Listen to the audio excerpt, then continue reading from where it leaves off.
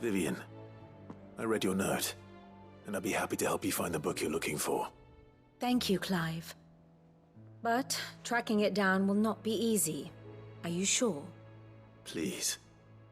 You have always granted me your wisdom and insight whenever I asked. It's only right that I return the favor. Or at least attempt to. You are too kind. Alas, what I ask of you is rather more trying than delivering the odd lecture. I spoke with Hippocrates to see if he had any inkling as to where another copy might be found, but perhaps it is best that you hear the details from him. If you say so. Forgive me, Clive, for asking this of you. But this book, it set me on the path to becoming who I am today. Its importance cannot be overstated.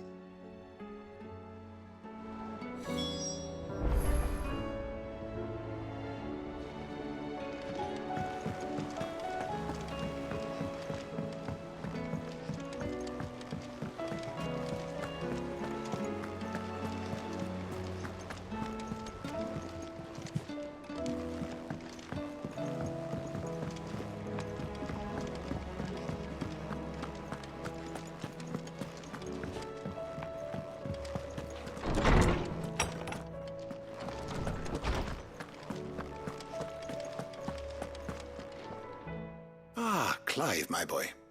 What a pleasure it is to see you. Hippocrates. There's something I need to ask you. I've been charged with locating a book called From a Distance.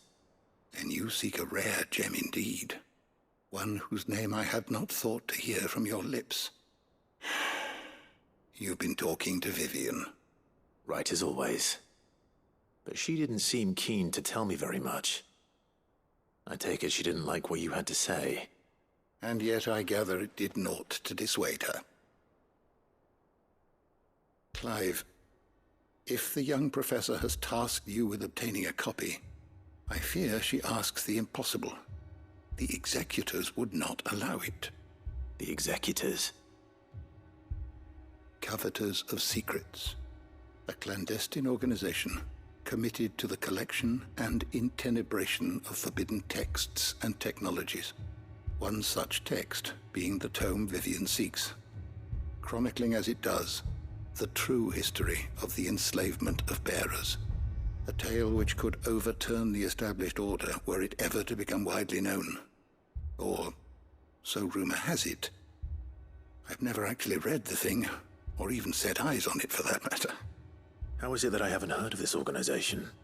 Why, secrecy is the executor's watchword.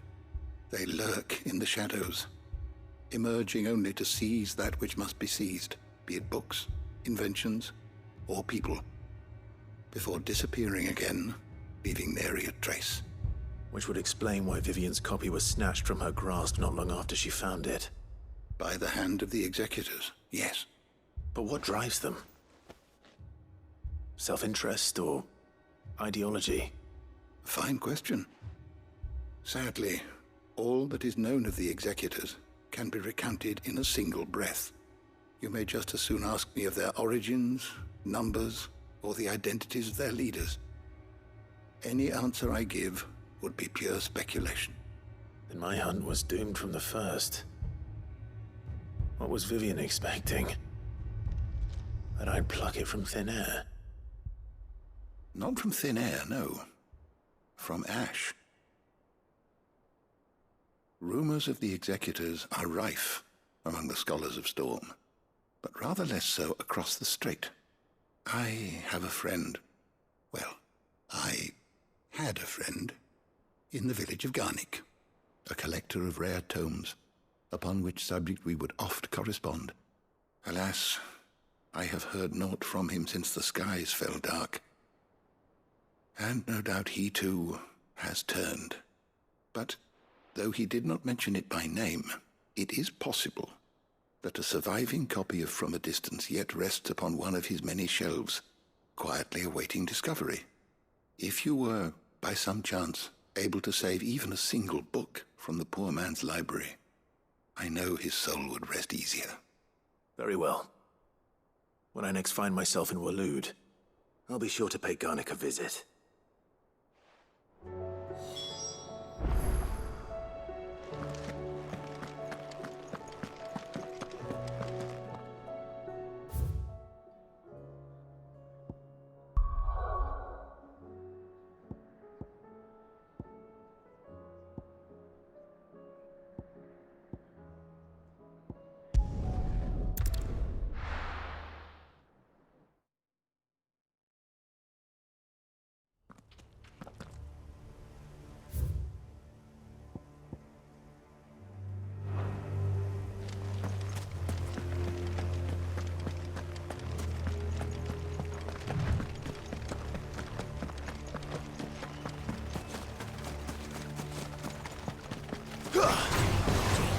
take a while.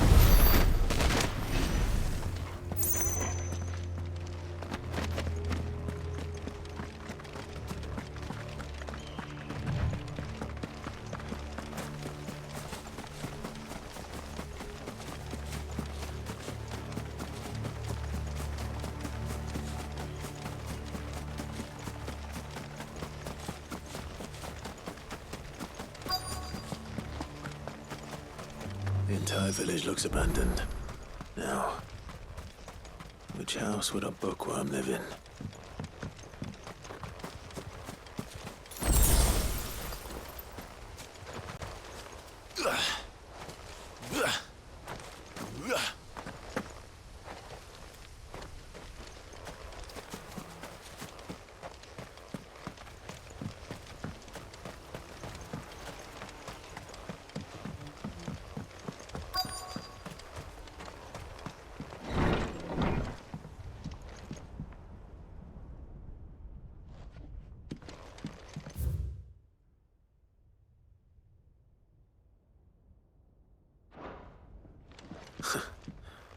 His interests were certainly varied.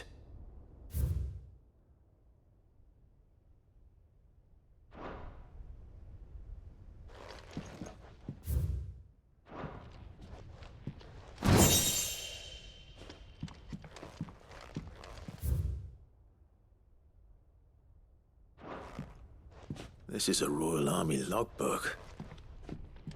Did he take this from the local barracks?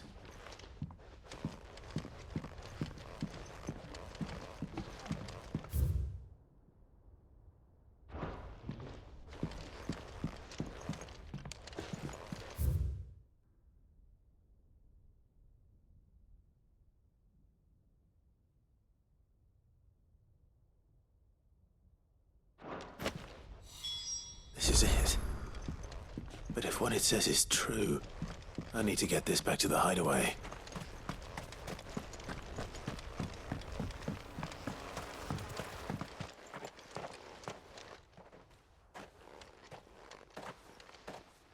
Leaving so soon, stranger? We've been watching you. From a distance, so to speak. Subtle. I know who you are. Then we need not waste time on introductions. Hand me the book. Leave it in our care and return to your life. Your care? Do you mean to burn it or bury it? That is not my decision to make. But by one means or another, its contents shall be removed from the common record. Then I'll have to politely refuse. I won't let you erase our history. Then we find ourselves at an impasse. Very well. The book can just as easily be pried from your dead hand.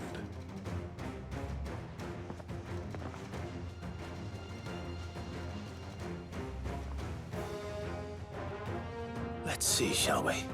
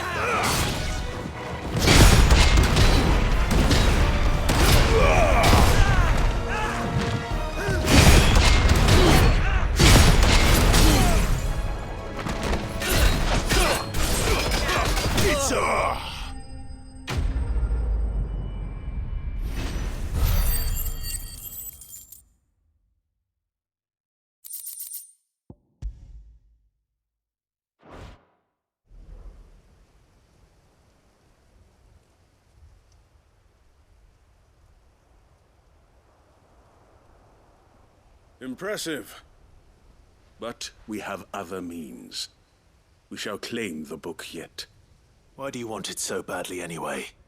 It lays out in no uncertain terms the vanity and avarice of mankind. It tells the shameful history of the persecution and oppression of a gifted few by a giftless many. Would you say that this interpretation was correct? I don't know. You don't know. Your sword may be sharp, but your wits are dull. So let me answer for you. There is no correct interpretation of history.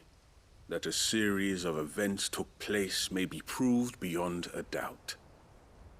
But there can be no single, immutable explanation as to why they came to pass. It is a question of numbers and of belief.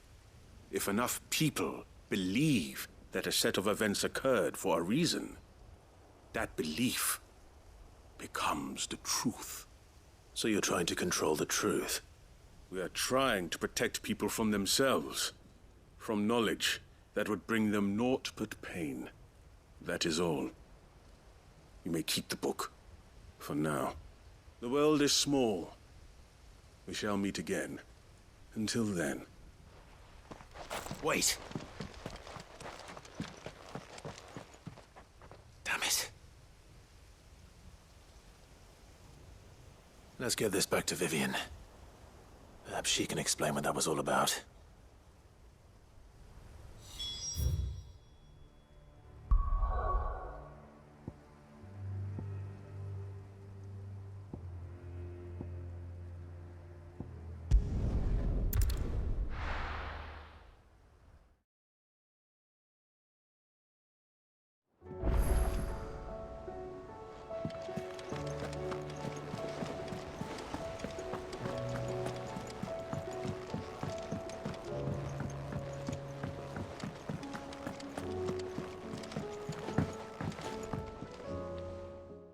Vivian. I found it. The book you lost.